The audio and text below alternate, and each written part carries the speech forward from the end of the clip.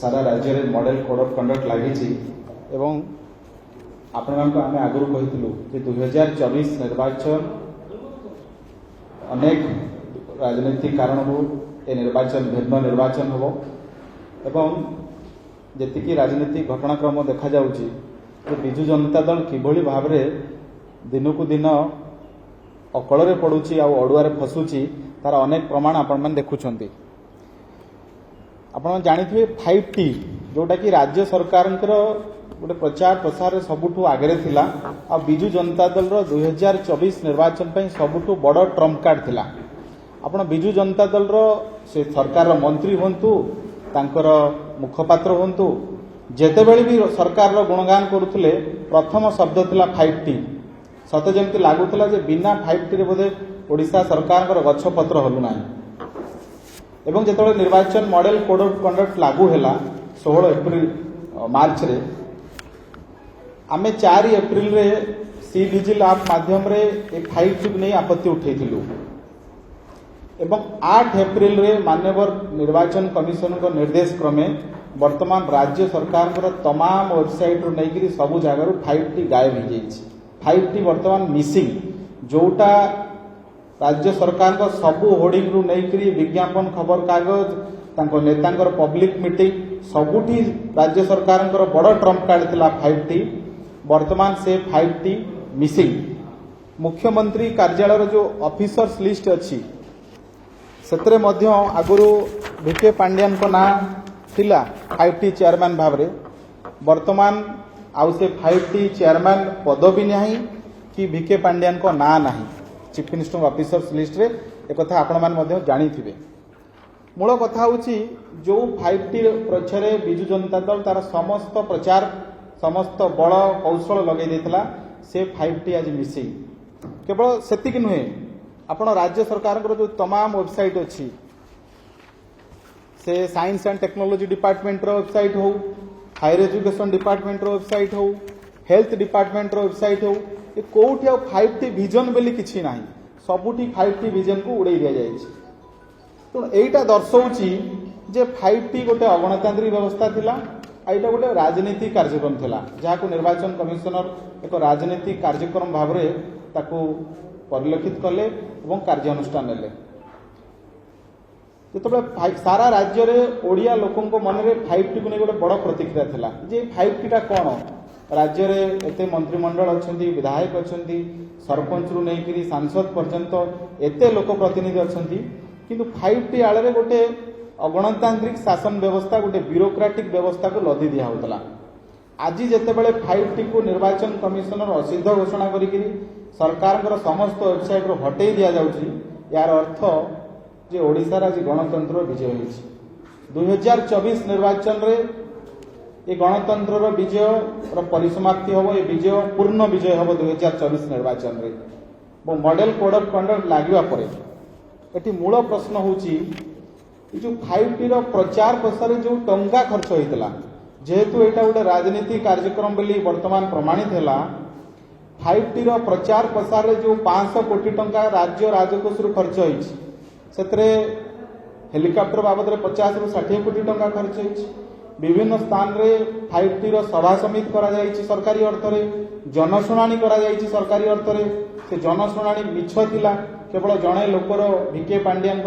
political campaign political launching पाई एते सब करा जाउथिला तेणु एठी प्रश्न हो 5T रो आଳରେ जो राज्य राजकोष जो 500 कोटी टंका खर्च करागला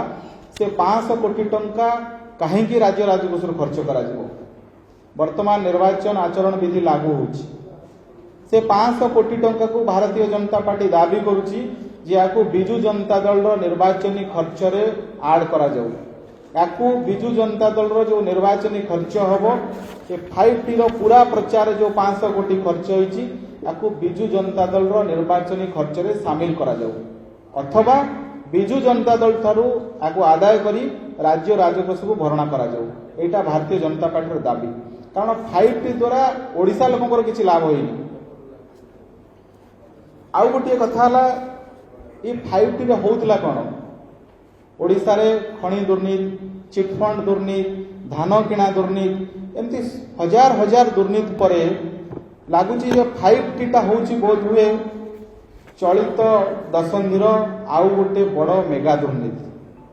पाखापाखि 40,000 कोटी टंकार घोटाला होती 5T परिक्रमा बा 5T प्रकल्पर विभिन्न जगार जो योजना मान माध्यम केवल स्कूल रे रंग मारिकी 5,000 कोटी टंका खर्च होइछि नेलिया लालिया रंग ग्रीन कलर रंग करी 5,000 कोटी टंका खर्च होइछि आम ओडिशा नवीन ओडिशा रे जो 4,000 कोटी टंका सरकार घोषणा कले दिया गला पैसा आपर्यंत 10% प्रकल्प कोठी भी समाप्ति हेनी लक्ष्मी बस आउ गोटे घोटाला सेतरे मध्य घोटाला होइछि मांडिया मिशन ओडिशा रो मांडिया प्रोडक्शन बढ़िला नाही देशर मात्र 1% मांडिया प्रोडक्शन आमे करूछु 1% रु कम भी करूछु किंतु मांडिया मिशन नारे 2200 कोटी टंका खर्च होइछि ए सब होइछि 5T घोटाला एमती हिसाब हेले पाखापाखि 40,000 कोटी टंका रे 5T आसीबा परे घोटाला होइछि ए 5T स्काम उपरे तदंत हेबार आवश्यकता रहिछि एवं जेहेतु ओडिशा रे गोटे अगणतांत्रिक व्यवस्था चलीथिला 5T नारे वर्तमान निर्वाचन कमिशन ताको असिद्ध करबा परे एकथा सामना को आसीछि एवं ये 5T नारे क्रमागत भाव में विगत दिन मानक वार्ड मेंबर नहीं सांसद पर्यंत समस्त गणतांत्रिक अधिकार को खनन कराई मुख्यमंत्री ओडिशा रे जो गोटे अगणतांत्रिक शासन व्यवस्था को लागू करी पूरा संविधान को दली चकटी देइथिले 5T नारे ओडिशा सबू गण जो माने जनप्रतिनिधि अच्छे निर्वाचित जनप्रतिनिधि सेमानकर क्षमता को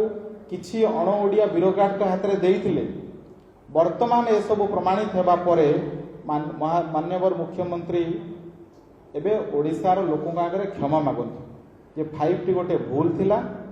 5T रे गोटे मंद उद्देश्य अणा जाइथिला और 5T अणा जाई ओडिशार निर्वाचित जनप्रतिनिधि से वार्ड मेंबर नहीं सरपंच विधायक नहीं सांसद ये समस्त क्षमता को जो गणतांत्रिक अधिकार अच्छी ताकू जेहेतु क्षुर्ण करा जाइथिला सेतिपाई मुख्यमंत्री एवं ओडिशावासी को क्षमा मागंतु केवल 5T रे दुर्नीति ही नहीं अगणतांत्रिक शासन व्यवस्थार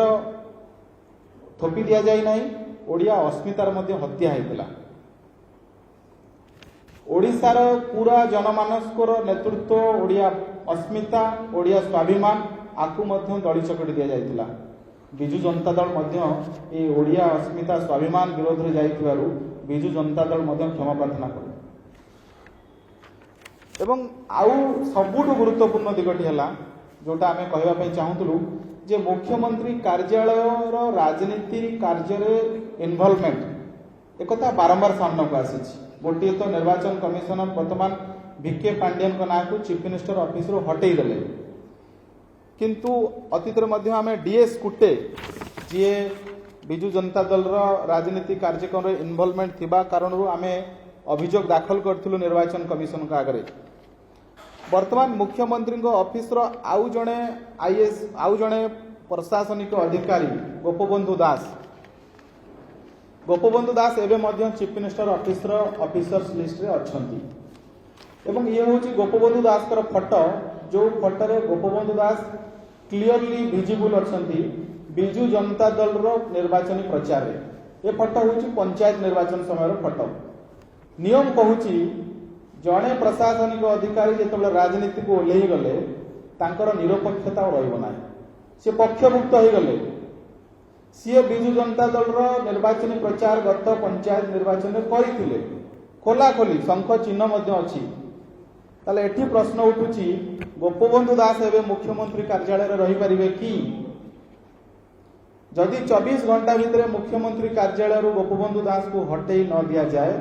ताले आमे मध्य जहाँ VK पांड्यन घटना रे करिथिलु आमे मध्य निर्वाचन कमिशन दृष्टि आकर्षण करिवु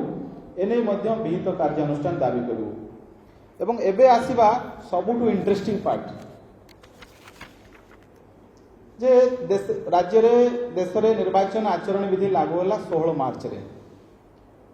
एवं जो मुख्यमंत्री कार्यालय जो ऑफिसर मानकर पॉलिटिकल इन्वॉल्वमेंट नहीं निर्वाचन कमिशनर 8 एप्रिल रे कार्यानुष्ठान नेले अर्थात 16 मार्च रो 8 एप्रिल मुख्यमंत्री कार्यालय डायरेक्टली बिजु जनता दल पे काम करुला एटा बड़ सांघातिक निर्वाचन आचरण विधि उल्लंघन ये प्रमाणित हो सारी एटा केवल अभियोग नुह ये प्रमाणित जे मुख्यमंत्री कार्यालय Biju Janata Dal political benefit political interest रे काम करिछि ये प्रमाणित आम पाखरे अछि निर्वाचन कमिशन पाखरे अछि ये किछि लुचा छपा नुहे आपण मने थिबो जले इंदिरा गांधी इमरजेंसी घटना लागिथिला घटनार कारण कौन थिला 1971 मसीहा साधारण निर्वाचन रे इंदिरा गांधी जी ओएसडी थिले जसपाल कापुर से इंदिरा गांधी निर्वाचनी रैली आयोजन करथिले निजर सरकारी पद रे थाइकिरी सरकारी गाड़ी रे से रैली को जाइथिले सरकारी लेटर हेड रो व्यवहार करथिले किछि से रैली आयोजन बेले ए कथा को नहीं कि जेतबेले इंदिरा गांधी जी प्रतिपक्ष प्रार्थी थिले सी सेतबेले आपत्ति करथिले एवं निर्वाचन अवधि भितरे जसपाल कापुर रिजाइन करदेले भोट हबार मात्र 10 दिन पूर्व जसपाल कापुर रिजाइन करदेले किंतु जेतबेले घटना मान्यवर कोर्ट को गला इलाहाबाद हाईकोर्ट को कोर्ट को से इंदिरा गांधी पक्ष रखिले जे जसपाल कापुर जेतबेले भोट पड़ी जसपाल कापुर दायित्व रे नाहंती से इस्तीफा देइछंती किंतु मान्यवर हाईकोर्ट कहिले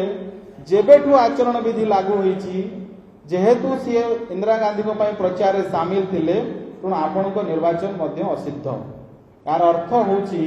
once is a mistake is always a mistake जेबे मॉडल कोड ऑफ कंडक्ट लागुची सेटा होची लक्षण रेखा से लक्षण रेखा जो दिन टाणी हे गला से दिन राजनीतिक व्यवस्था और सरकार व्यवस्था दुटा अलग हो गला जदि एठारे उल्लंघन होची से दिने हो 2 दिन हो थरे हो 10 थर हो सेटा अपराधी सेटा मॉडल कोड ऑफ कंडक्ट भायोलेशन एठी वर्तमान ये 5T चेयरमैन करो जेतकी पॉलिटिकल इन्वॉल्वमेंट आउ 16